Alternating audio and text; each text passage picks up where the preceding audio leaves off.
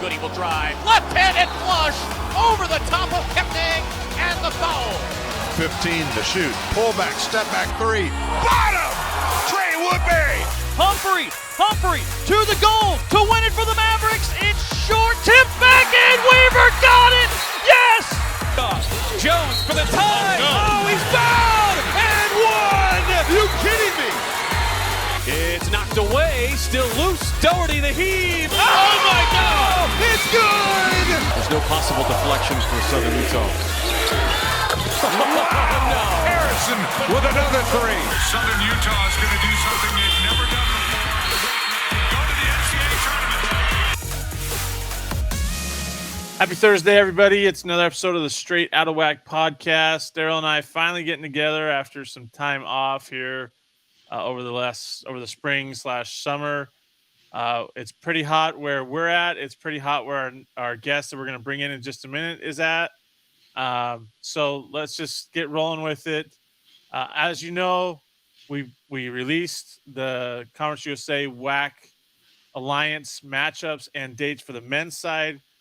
Yesterday, it's on WACHoopsDigest.com. You can check those out. Derryl and Chelsea put out a preseason player of the year list on the women's side that you can also check out. And then today we put out our men's preseason player of the year candidates in order. It's really a two-man show right now if we're going to be honest about it. So you can read about that at WACHoopsDigest.com. But Derryl, we're going to bring in our guest, Associate Commissioner Drew Speraw.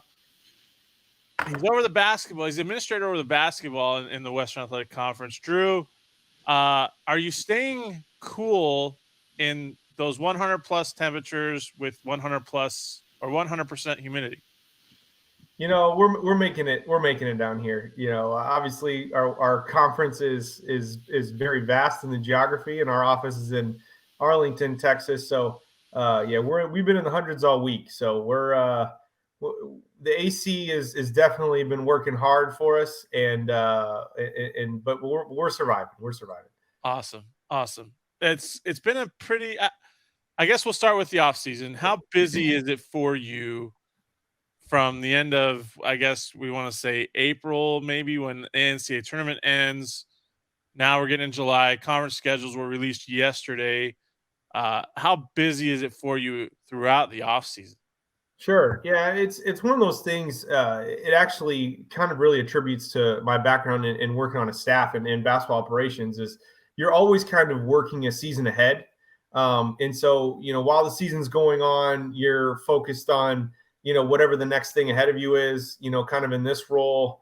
Basketball, obviously the tournament takes up a ton of our focus. And then once that's done, we start working towards our spring meetings and we're figuring out conference schedule and what that looks like and what different things or policies that need to be adjusted, changed, amended for the next year. And now we've got the conference schedule rolled out. And so really starting to focus now on the logistics of all those games for the season. I'm working in October, November, December right now for probably the next month or so. And then once that kind of is done, all of our focus will probably shift towards the tournament and what that looks like. And then, it starts to, circle around. I wouldn't say that everything is off your plate at one time, but there are definitely different seasons that you focus on, a little bit heavier of what's going on. And obviously right now, we spent a lot of time the last month or two or three actually just trying to make sure the conference schedule can be put together and it's proper, everything is good. Have had that done for a little bit, obviously just getting it out this week. And then now it's really trying to focus on logistics of making sure officials and all those other little nuances of the job are kind of taken care of, any kind of policy changes in our code book, et cetera. So basketball, it is the only thing that I do. So it does definitely takes up enough time throughout the year, but it does get a little bit, lighter on this side of things as opposed to a coaching staff in basketball season. So was it a little bit easier to, I guess, was it a little bit easy? I don't know if easier is the right word, putting together a conference schedule when you know that everybody's going to play everybody twice. Is that a little bit easier than what it was last year where you had to decide who was going to play somebody twice and who was only going to play somebody once? Yeah, the process is surely different. You cut out a step. Last year, we the first step was trying to figure out who those teams you were going to play twice were, and trying to figure out how to best do that. How can we accomplish it?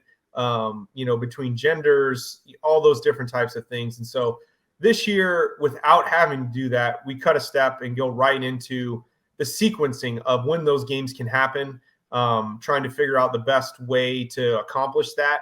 And so it does cut out a step for sure. But there's other things that we tried to accomplish with this schedule that were different than last year. Really tried to stick to days of the week that were kind of uniform across the board. If you noticed, every game is on Thursday, Saturday, pretty much after Christmas. The early season games in Christmas are Wednesday, Saturday. Because every team had a home and an away matchup, and we felt it was easy to allow that day for travel. And then in the post-Christmas part of the season, the January, February, March period, all of those games are Thursday, Saturday, except for one women's game on a Wednesday, which was due to a facility conflict. And so really trying to focus on, equalizing that rest between teams, providing the same sort of recovery and preparation time was something that was, we talked a great deal about after last year's schedule. And another thing, we really tried to, focus on and the ability for us to do that kind of hinged on the fact that the schedule is mirrored. And, if your men are at home, your women are on the road. And that was also able to be accomplished because we are at a 20-game double round robin. And you're not having those situations where your men and women are playing different schedules. Because it's everybody's home and away. We just looked at it as the fact is if your men are at home, your women are on the road, you're playing the exact same opponents, and exact same teams, just at different locations, which caused us to not have those midweek conflicts and push games to Wednesday to avoid doubleheaders. So that's something that was brought up to Derryl and I today. Someone asked about it, about that. Maybe some people are in favor of the doubleheaders, where men and women play on the same time or the same day in the same place. Did you get some feedback on that, or was that just I don't know. Some people are in favor of it, some people aren't. I was just curious, if you like that, or if you'd rather have it where women are playing at one place and the men are playing at the other place on a given day. Yeah, the doubleheader piece is not one that I don't know, feel super strongly on it one way or another, quite honestly. Obviously, we're executing the plan that was put forth from our presidents and ADs. And so I know that, to your point, some people really did enjoy having the Saturday doubleheaders. The Saturday doubleheaders were allowed last year. The midweek doubleheaders were not allowed. Which kind of caused a little bit of that friction in that schedule where if there was two games that ended up we're supposed to be playing on Thursday, one had to go to Wednesday, which then in turn kind of caused to trickle down in a sense where your Saturday opponent could be playing on Wednesday and you're playing on Thursday, so they're getting an extra day of rest and you're not. It created some rest inequities in the schedule, and it was determined that it was more important to create some rest equity for competitive balance than it was to cater to doubleheaders necessarily. And so that was kind of the method there. I've heard from coaches that some like them, some don't. I've heard from administrations, some like them, some don't. That's kind of where it lies on it. At the end of the day, this is what was deemed as making it as competitive as possible every night out. Sure. One question. Sorry, Derryl. I got one more question for Drew real quick.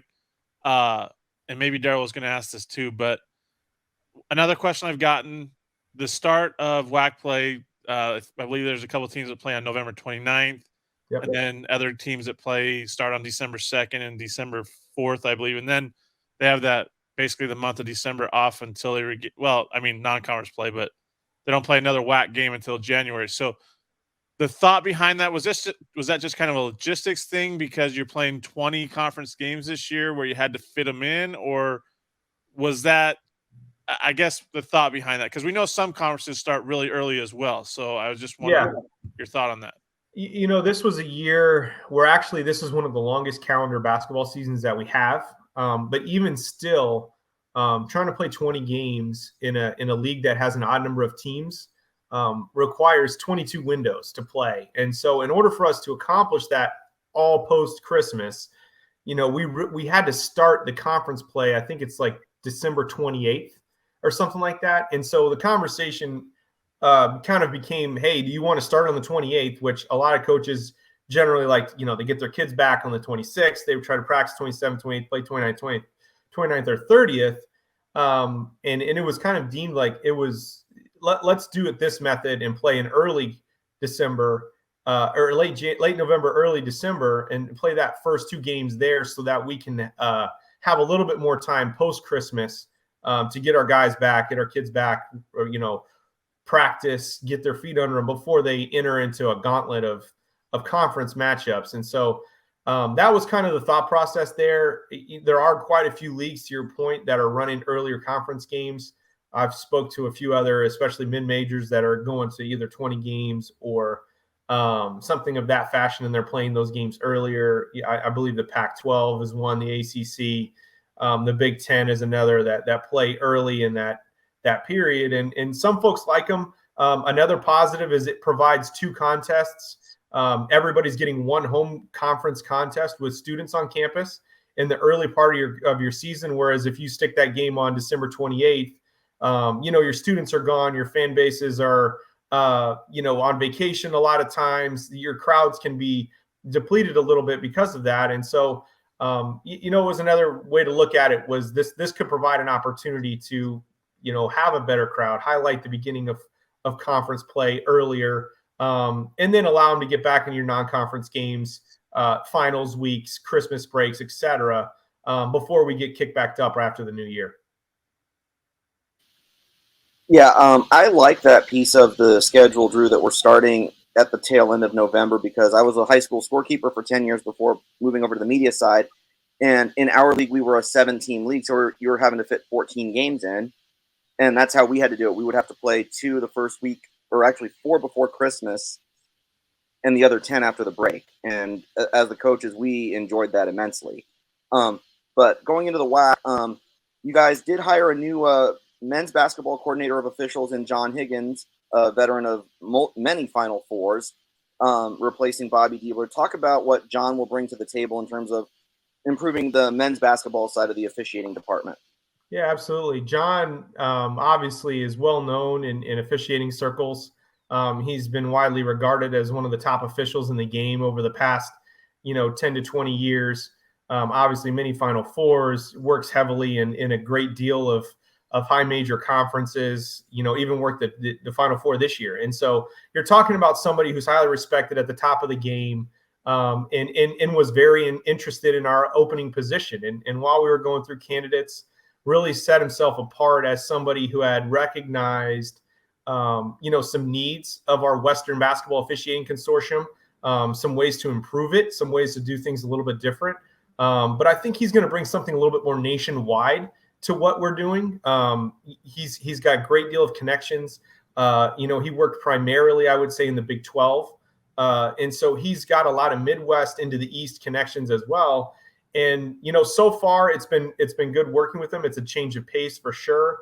Replacing somebody like Bobby, who's been doing it for so long, is going to be difficult because Bobby knew everybody. He had everything going. He understands the roster. He understands who was being hired and how everything was operating. And this is John's first crack at being a coordinator. And as many people would think it's just easy as cake, just walking in, it's really not. There's a lot of nuance to it. He's assigning officials for 6 conferences and trying to figure out who can we place here? How can we have a balance in our crews? How can we make sure that we have a crew chief who's strong on each game? I think is something that he's really focused on trying to bring to the table. And then really just trying to evaluate this roster. And then if you follow officiating in the country at all, you really can hear and see that there's going to be a national problem in officiating in the next 5 to 10 years. There's just the people in the pipeline, the number of folks that are interested in doing it are dwindling. youth sports has made it extremely difficult on officials, and people are getting out of it because of the way that fans and parents, et cetera, are interacting with them in that age group. And so as this age of officials kind of, I would say, ages out, we have to get younger and we have to find new people. We have to bring them up. And so I think John will bring in, number one, a group of officials that are highly regarded, that are not used to working the Western region, but will come over here because of the respect for John and what he'll do. I also think that he'll do a job over the next, I would say, year or 2 or 3 of evaluating the roster we have currently and determining which officials, have what it takes to continue to progress. Which officials maybe have been doing it a long time and haven't moved very far, and maybe it's time to get younger and phase them out. And then I also think he'll do a good job of recruiting young officials to come into our league and really try to grow them. And, he's put forward some good plans so far, at least, in the conversations we've had. I was out at camp. They had camp at the end of June in Phoenix, and our consortium folks were all out there, and he was evaluating a great deal. He's bringing in new, highly respected people into some of the leadership, our consortium leadership folks. So I think it's going to be some changeover. I think we'll see some faces that you've never seen before. I think we'll see some newer, younger faces. And hopefully at the end of the day, we'll be known as a region that's producing high quality officials that are working Final Fours and NCAA regionals, et cetera, because at the end of the day, that kind of is how they judge themselves in that world. And so far, I think it's going to be a change, number one. But excited to see how it works out.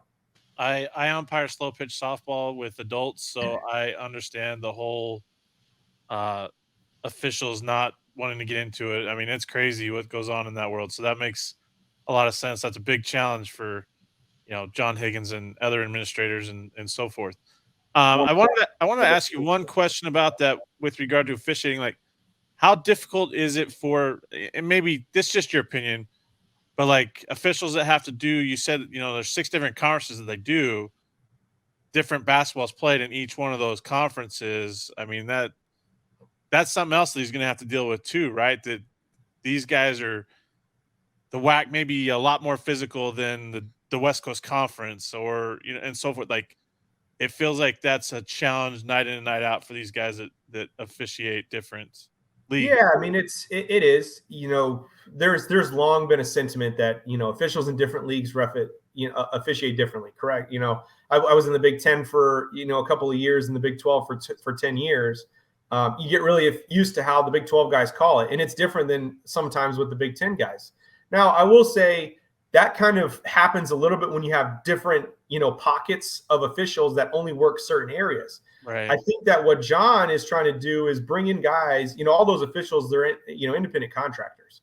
And so, he's taking guys that potentially are working Big 12, Missouri Valley, CUSA, American, whatever that is. They're working those games, they're working our games, et cetera.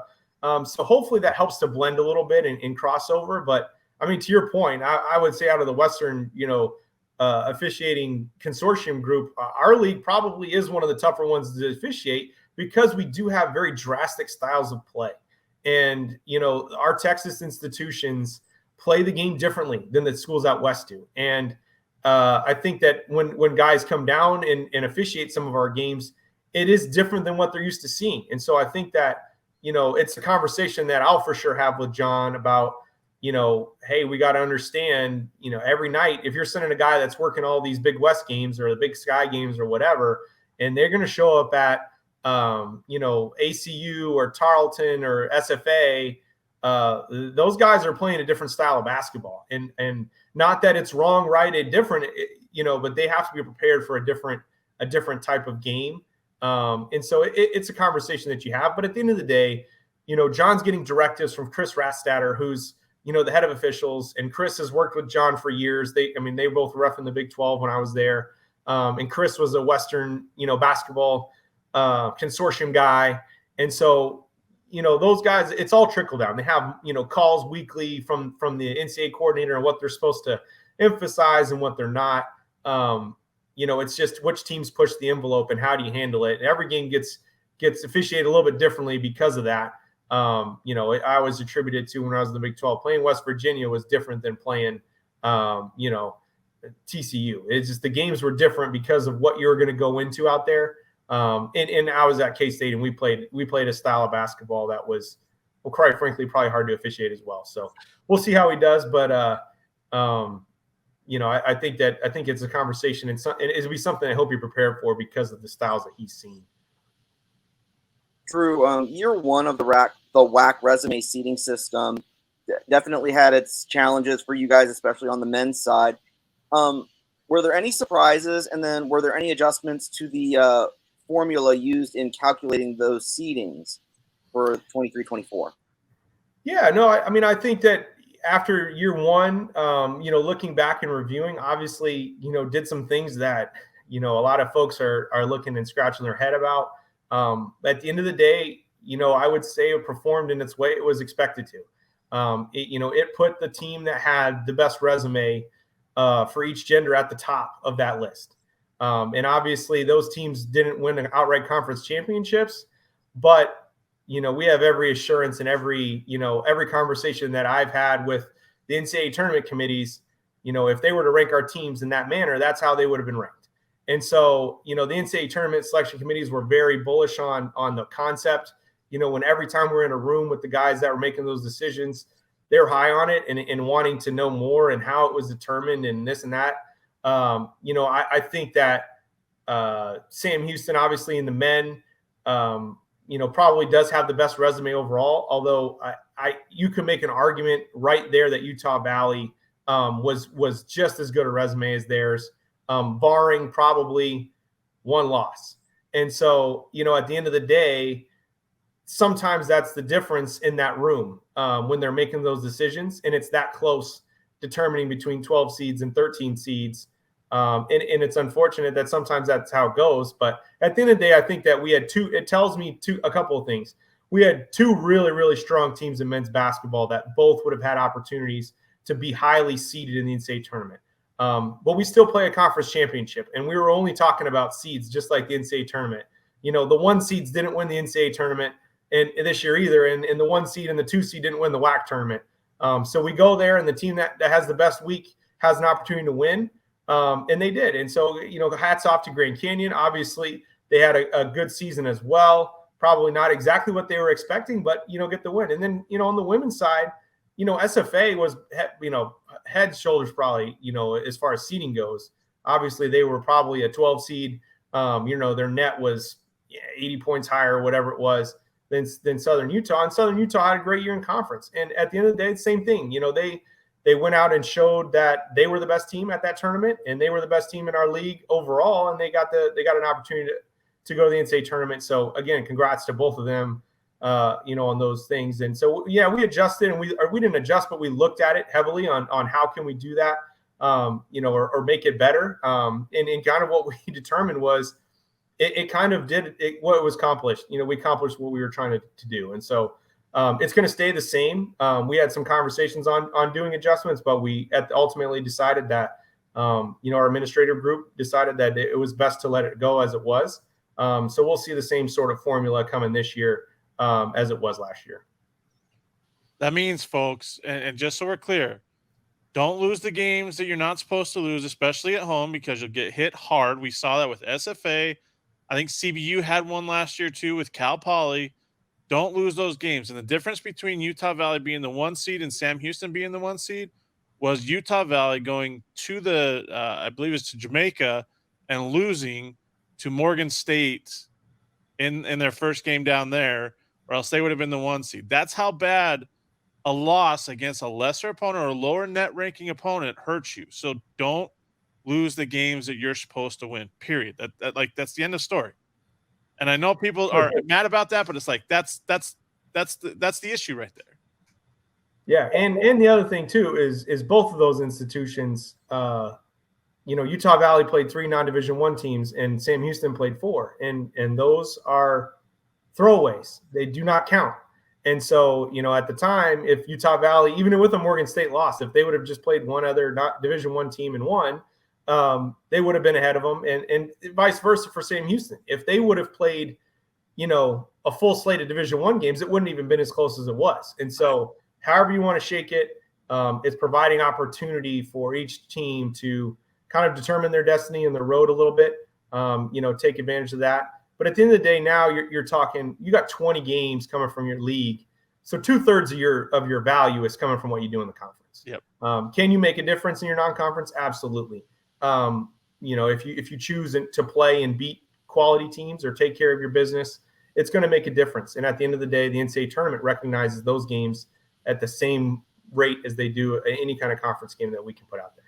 I think you showed it to me before the WAC championship last year that teams that were like right there for a possible at-large berth, the team that didn't play non-D1s, that had no non-D1s on their schedule, even if they were like similar records and stuff like that, that team that didn't play a non-D1 probably would have got the nod over the teams that did play non-D1s. That's how important it is to not get non-D1s on the schedule, really.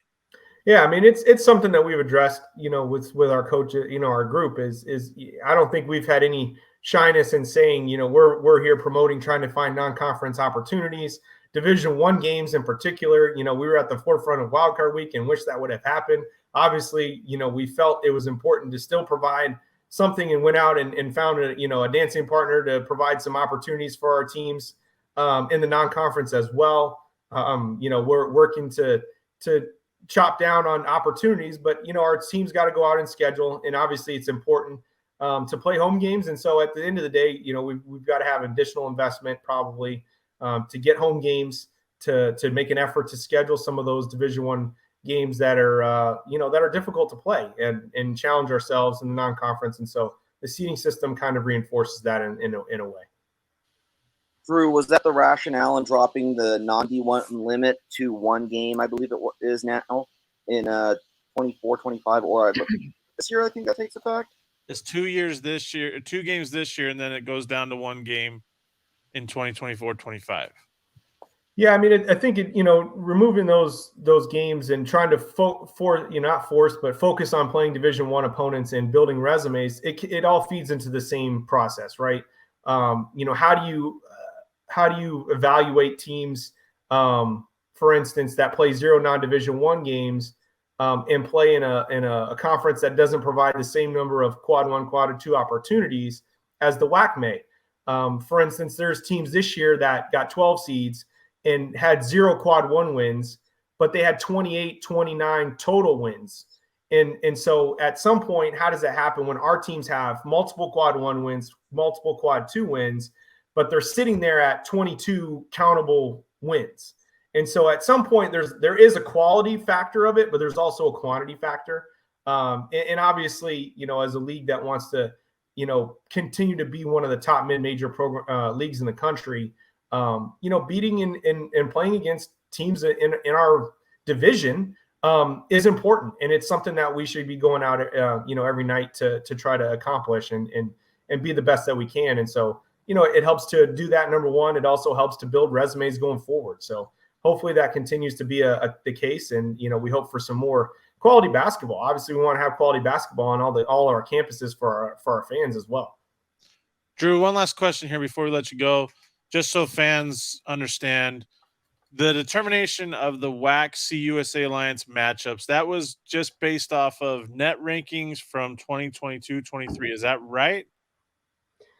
There was a couple of different things. That's the main part of it. Net ranking from last year up until the point where we were actually working on those was taken into consideration. We actually averaged it with the year before to try to not have too big of an outlier for this year. But then this year was also difficult with a few of the date conflicts that we had. And so I would not say it's a 1-for-1. It was, it was as close as you could get to the opponent on your net level on most of those situations, depending on your availability. Going forward, trying to lock those dates in ahead of time and not allow people to put games on dates so that we don't have to be handcuffed by any sort of conflict, either facility or previously scheduled game is the goal. Sure. All right. And then, is there a matchup that stands out to you in that alliance on the men's side? Oh, I think there's a couple of good ones, across the board. There's opportunity there for, a number of our teams. Obviously, I think Grand Canyon got a pretty good matchup with Liberty. I think that there was some other, across the board. Who else? Seattle gets La Tech, which could be a decent matchup. I'm trying to remember all of them across. I got too many games in my head right now. But I think that there's when I look at it, I think there's games on your level that give you an opportunity to not only have a home game on some of the cases, but also put another game on the books that may not have probably been scheduled. Another one that UTEP at ACU. I mean, that to me, that matchup, which was not forced, provides an opportunity for ACU to have a team like UTEP come in with their former coach. I'm pretty sure they're going to do something nice for him when he comes back, et cetera. Those type of matchups that were created, I think add value to it. And at the end of the day, I don't think that there's any matchups that you're going to feel like, oh, this is a horrible game for us, based on metrics or numbers. And so I think that really what determined on making a deal with them. There were several other conferences that wanted to do some sort of alliance, but at the end of the day, the competitive nature between the leagues that we have and how close we were in a lot of our net numbers really just made a lot of sense to try to accomplish that. And so, I hope there's some great games that happen from this. Obviously, we'll see where it lands and see how it goes forward. Absolutely. Derryl, you got anything else? All right. Well, we're going to wind down. Drew Speraw, the Associate Commissioner over basketball in the Western Athletic Conference. Drew, always appreciate the time. I know we're going to be talking as this gets going. We're about 4 months out from the season starting, so looking forward to another fun season of Western Athletic Conference basketball. Absolutely. Thank you, guys, and appreciate all you guys do.